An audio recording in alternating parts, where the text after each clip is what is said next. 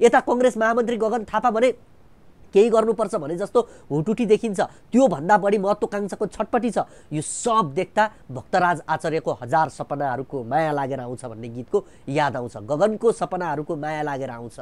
सायद म उनको भोटर भएर पनि होला, तर संसदमा रवि विरुद्ध प्रमाण भन्दै रित्तो कागज हल्लाएको त्यो दृश्यले अझै मथिङ्गल घुमाउँछ। राजनीतिमा मान्छेले चरित्र कति तलसम्म गिराउँछ भन्ने उदाहरण थियो त्यो। उनको आरोपको भाषा फैसला जस्तो थियो। तथ्य बिना बाख्रा चोर हुनुको पीडा आफूले भोगेर पनि प्रमाण बिना रविलाई सहकारी ठग भनिदिएका थिए। अरूलाई निचो देखाएर आफूलाई उच्च हुने भ्रम पाले। अन्ततः आफै उभिएको जमिन भाँसिएको पत्तै पाएनन्। गगनको सपनासँगै यति बेला राजनीति पनि निराशाको दलदलमा उभिएको छ। जेनजी आन्दोलनपछि गगनले माफी माग्दै भनेका थिए, अहिलेसम्म गरेको गल्तीको क्षमा माग्छु, अब गल्ती दोहोरिने छैन।